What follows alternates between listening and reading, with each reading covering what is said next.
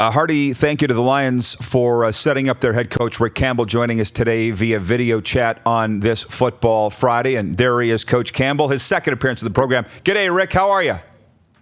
Pretty good. How are you guys doing?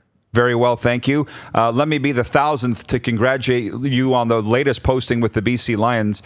And I'd like to get your take on our talk here about the Grinders being the most successful head coaches. It's not to say Stars can't be, but you were a grinder.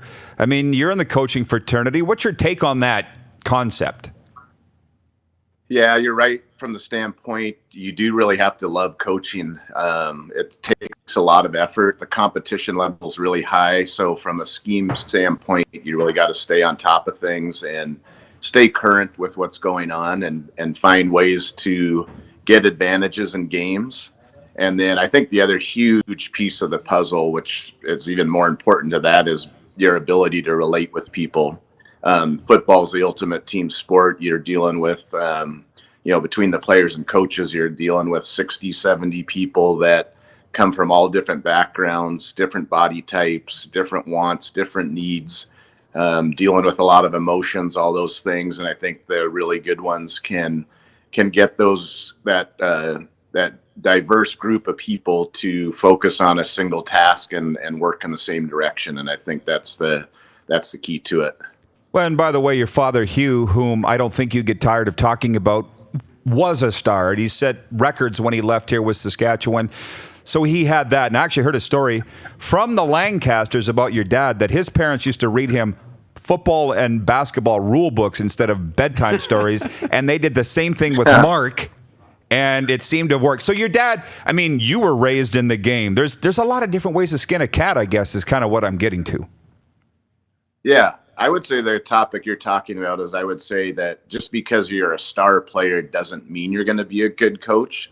But there are star players that can be good coaches. Like I said, you have to have those other skills too. But you're right. Sometimes if you know how to do something so well and you just can't understand how someone else can't do something, then sometimes that's where there's a miss. But it takes a different type of thing to be a coach, just because there's weird hours. It's a strain on families. You got to move. There's so many other factors to it as well. So to stay in the coaching profession for a long time really takes a commitment on many levels.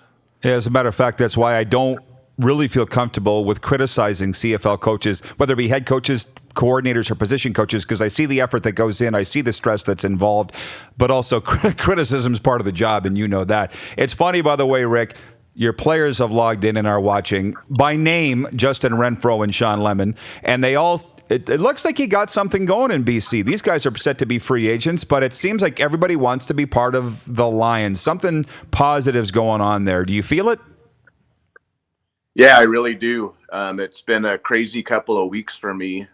Just a lot of stuff happening quickly. But when the BC thing became available, and I just know Ed Hervey really well, and I really think he's coming into his own as far as being in a GM role. You can see the comfort level that continues to develop. And it's been a good experience with Ed so far, even though it's been just a couple of weeks. I was able to spend time out there in Vancouver with him, just talking everything from roster to coaches to the culture we want, all those things. And I think we're definitely in agreement with that. We want to find talented people, and also people that are buying in, and also character people that you need. Pro sports is a tough business, and so you need people that can ride through the good times and the bad times and persevere. So we're definitely excited. We're really focused on getting the coaching staff together. This is the height of it right now with all the shuffling going on between the different coaching staffs in the league. So really focused on locking down a coaching staff, and then the re-signing your own players, and then on the hunt for new guys. That's a year-round process. Rick, how much effort, or how much do you take pride in that relationship with the players? And in a new environment, how are you trying to integrate yourself with the players? I know Justin was on just a little while ago and talks about you guys being in the same building and maybe seeing each other in the lobby once in a while and getting to know each other. How much is that part of your day-to-day now? Yeah, it's going to be more and more. I plan on calling all the players. Like I said, it's I have a lot of respect for people that play football, especially at this high of level. The commitment you make physically, what you put your body through, and then most of these guys are having to move or leave families behind, or have to do. There's a lot of commitments that have to be made to be a good pro football player. So I have the utmost amount of respect for them. And then if you find talented character guys, you can point them in the right direction, put them in a decent scheme. But the players are the ones that get it done at the end of the day. And so you want to just try to put them in the best possible position you can, and then let them take it to another level. So that's the fun part for me. It's a challenge dealing with all the personalities, but I think that's the fun part of it in coaching, is to be able to meet all these people, experience the whole thing. And then, like I said, the magic happens when you can get everybody moving in the same direction. And then, that's where good things happen. Well, you've clearly shown the ability in the past to be able to do that. Have you had a chance to sit down, spend any quality time with Mike Reilly yet? And if so, how's that gone? Or the first interactions with maybe the leader in that locker room? Yeah, definitely some phone conversations. Ironically, he lives in the same neighborhood as my sister down in Seattle. So it'll be a good excuse to go see my niece and nephew and Mike and his kids. So we've had some really good conversations. I'm excited to work with Mike. Not only is he, a great quarterback on the field, but I haven't been on the same team with him, but now getting to interact with him more, is I've always thought he was a solid guy, and he's even more than I thought he was. He's just got such a good head on his shoulders. He's focused on the team. I know when he signed with BC as a free agent, it wasn't just trying to do a one-year deal. It was trying to be a BC Lion for the long haul and build it into a winning team on and off the field. And I know Ed Hervey feels the same way. I feel the same way, getting a chance to be there. And I know there's several other players that feel that way too. And so between Mike and there's a good core group of players there that are really good football players. You just try to keep adding pieces to the puzzle, and then that's where the good stuff happens. Two last questions for you, Rick, and one is from our producer, Clark. And I'd like to know this too. Clark writes, the last time Rick was with us, he was sitting in the stands in Ottawa, and now we're here. Can you touch on your time in Ottawa? And, you've got to be very proud of what you guys did there, getting a franchise off the ground and appearing in all those Grey Cups, winning one. How do you look back on that period of time?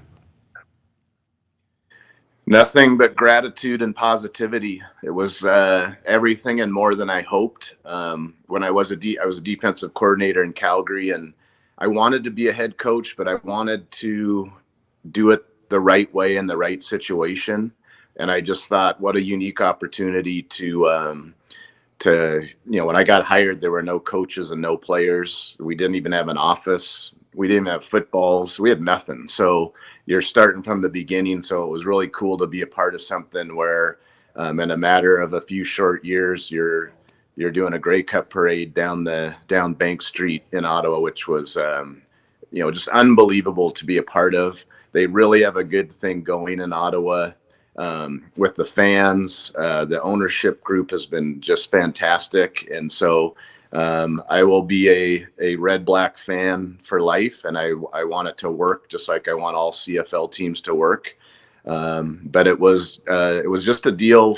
Sometimes things have a shelf life, and I think for the Red Blacks, maybe a different energy to it and a new voice can be good for them. And then I know it's going to be great for me. It just feels so right to me, going to Vancouver and working with Ed and Rick Lawlisher and everybody there. And I've been in BC Place many times, especially in playoff games, where you're the road team and BC's playing well and it's loud in there and it's a good crowd. And that's what I want to be a part of, is to get that going again more often. And I'm just really looking forward to it. It's been such a good experience so far. And,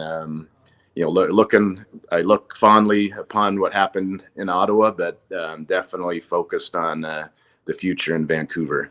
Well, I think it's a great fit too. I like Ed. He's honest, and a lot of people don't like it. That's kind of the thing with Ed that I get, anyways. So we wish you all the success out there, Rick. Thanks for the time, and Merry Christmas. We'll catch up with you in the new year. Yeah, thanks for having me. You guys have a happy holiday season, and we'll talk again, I'm sure. I appreciate it. Thanks, Rick. You're watching Rod Pedersen On Demand. For more of The Rod Pedersen Show, visit rodpedersen.com or follow Rod Pedersen on social media.